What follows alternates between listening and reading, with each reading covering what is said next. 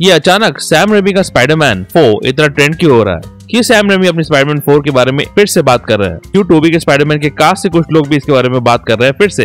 क्या बनने जा रहा है सैम रेमी टोबी मैगवायर का स्पाइडरमैन 4 और क्या था रेमी का ओरिजिनल स्पाइडरमैन 4 का प्लान। चले जानते हैं इस वीडियो में। उससे पहले लाइक सब्सक्राइब कर दीजिएगा, नोटिफिकेशन घंटी बजा दीजिएगा ताकि अपडेट मिलते रहे आप लोगों को। और वेलकम टू द चैनल जो प्लेटफॉर्म है एमसीयू, डीसी और फिल्मों की हर खबर का just a review. Spiderman 4 Sam Raimi का अधूरा ख्वाब फिर से हवा चल रही है उसकी, जब से उनके हीरो टोबी मैगवायर ने वापसी की थी एज पीटर पार्कर एक स्पाइडरमैन एमसीयू के स्पाइडरमैन टॉम हॉलैंड की आखिरी फिल्म स्पाइडरमैन नो वे होम में। और अब हवा और तेज हो गई है जब से डायरेक्टर सैम रेमी ने कुछ बातें की है इसके बारे में स्पाइडरमैन 4 को लेके, जहां उन्होंने कहा है कुछ ऐसा। After jumping back in with the multiverse, I realized that just like Doctor Strange does, anything is possible now.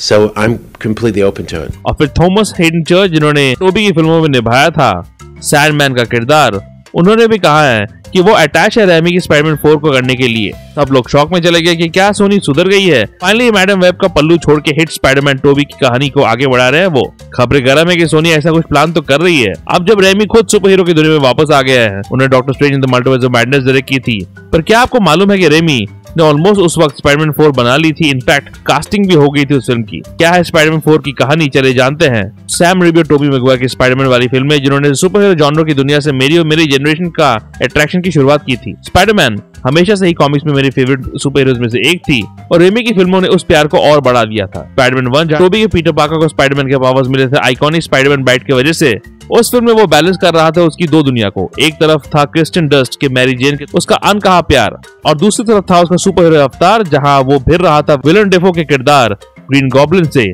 और हाँ, अंकल बेन की मौत जो था उसकी ओरिजिन का इमोशनल कोर, और इसी फिल्म में स्पाइडरमैन को मिला था ये आइकॉनिक लाइन।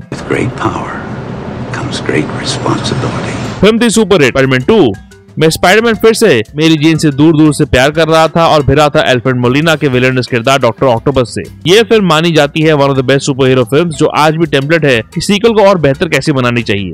फिर आई थी स्पाइडरमैन 3, एक सुपर डुपर हिट के बावजूद सैम रेमी को उनको फिल्म बनाने नहीं दी गई। सोनी के महान स्टूडियो हेड जो आज भी केविन फाइगे को अपने हिसाब से फिल्म नहीं बनाने दे रहे हैं और खुद बना रहे हैं मैडम वेब, मॉर्बियस जैसे वाहियात फिल्में। खैर, उस वक्त भी सैम रेमी नहीं चाहते थे कि एक विलन इस फिल्म में शामिल हो और वो थे टोफर ग्रेस का किरदार एडी ब्रॉक, जी हाँ, जो बाद में जाके बन जाता है वेनम, वही रोल जिसको आज सोनी मार्वल यूनिवर्स में निभाते हैं टॉम हार्डी।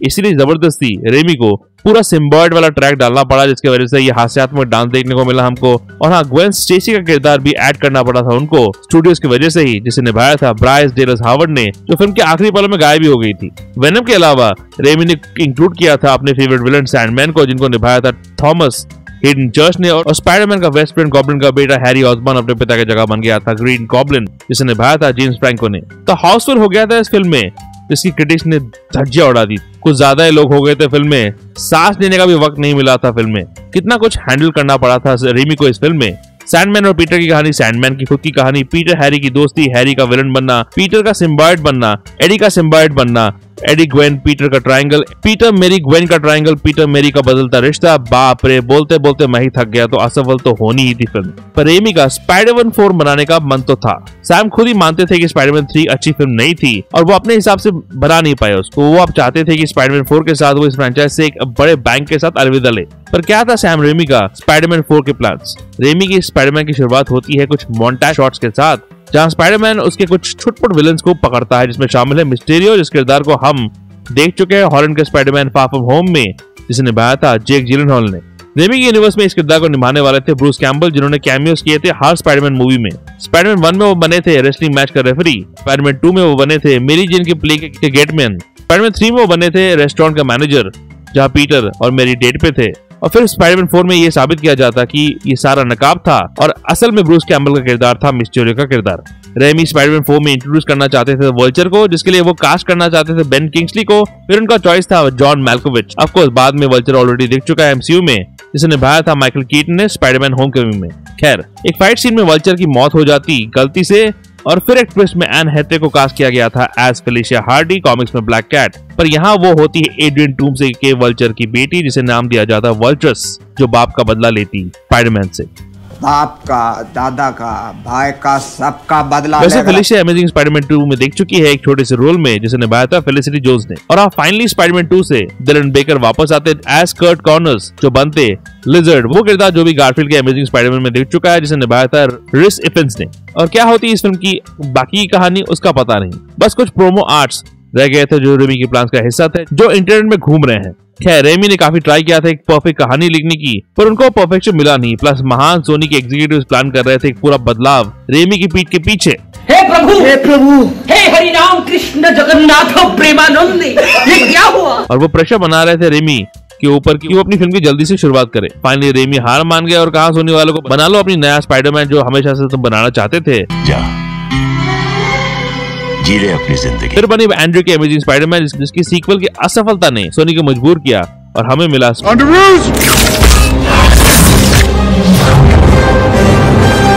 स्पाइडरमैन एमसीयू में टॉम हॉलैंड के रूप में, which was just Because we just robbed you. तो अब अगर स्पाइडरमैन 4 बनी और क्योंकि मल्टीवर्स का तर्का है तो क्या होना चाहिए उसकी कहानी। मेरे ख्याल से रेमी को मोबियस के इस थकेले पोस्ट क्रेडिट सीन का उठाना चाहिए फायदा। उस पोस्ट क्रेडिट सीन के अनुसार वल्चर घुस गया है मोबियस की दुनिया में, जो दिखाया जा सकता है इस टोबी की दुनिया। वैसे मोबियस में एक स्पाइडरमैन टीज हो चुका है। मैडम वेब के आखिरी सीन में भी टोबी की फिल्म्स के फुटेज का इस्तेमाल किया गया है, तो टोबी के स्पाइडरमैन से भिड़ सकते हैं कीटन का टूम्स, जो मारा जाता है इस फाइट में, और उसके बाद उसकी बेटी जिस किरदार को हॉलैंड की फिल्म में निभाया था लिज एलन ने, बन सकती है वल्चर्स। तो अब टोबी के रूप में एक एजड स्पाइडरमैन को देखने को मिलेगा हमको, जहां एमसीयू में एक यंगेस्ट स्पाइडरमैन ऑलरेडी है इन टॉम हॉलैंड। यहाँ मेरी जेन और पीटर की शादीशुदा जिंदगी को दिखाया जा सकता है, कैसे पीटर अपनी सुपर हीरो जिंदगी और शादीशुदा जिंदगी को बैलेंस कर रहा है। दोनों टोबी का स्पाइडरमैन और हॉलैंड का स्पाइडरमैन साइमल्टेनियसली फिल्म कर सकते हैं। अगर दो बैटमैन कहानी एक साथ चल सकती है, मैं पैटिंसन के बैटमैन और जो भी गन का बैटमैन बनेगा उनकी बात कर रहा हूँ, तो दो स्पाइडरमैन क्यों नहीं, स्पेशली क्योंकि उम्र के हिसाब से दोनों की फिल्मों में कहानियां अलग अलग होंगी और फिर दोनों एक दूसरे की दुनिया में एंट्री कर सकते हैं, क्योंकि After jumping back in with the multiverse, anything is possible now. इससे टोबी सीक्रेट वॉर्स में दिख जाएगा और हॉलैंड रेमी के स्पाइडरमैन 4 में, अगर दोनों स्टूडियोज को एग्री हुआ तो। टोबी का स्पाइडरमैन नॉस्टैल्जिया देगा और हॉलैंड का स्पाइडरमैन यंग एनर्जी। अगर स्टूडियोज चाहे तो टोबी की दुनिया में भी माइल्स मोरालेस की एंट्री हो सकती है। आपको क्या लगता है, क्या आप इंटरेस्टेड होंगे टोबी के स्पाइडरमैन को फिर से अपनी फिल्म में देखने के लिए? अगर हाँ तो इस वीडियो को लाइक सब्सक्राइब कर दीजिएगा, अगर ना फिर भी कर दीजिएगा। रिसेंट वीडियो शैतान मूवी का रिव्यू वीडियो और मैदान का ट्रेलर ब्रेकडाउन वीडियो आखिर में है, चेकआउट जरूर कीजिएगा। और ऐसे स्पाइडरमैन रिलेटेड वीडियोस के लिए देखते रहिए जस्ट अ नर्ड रिव्यू।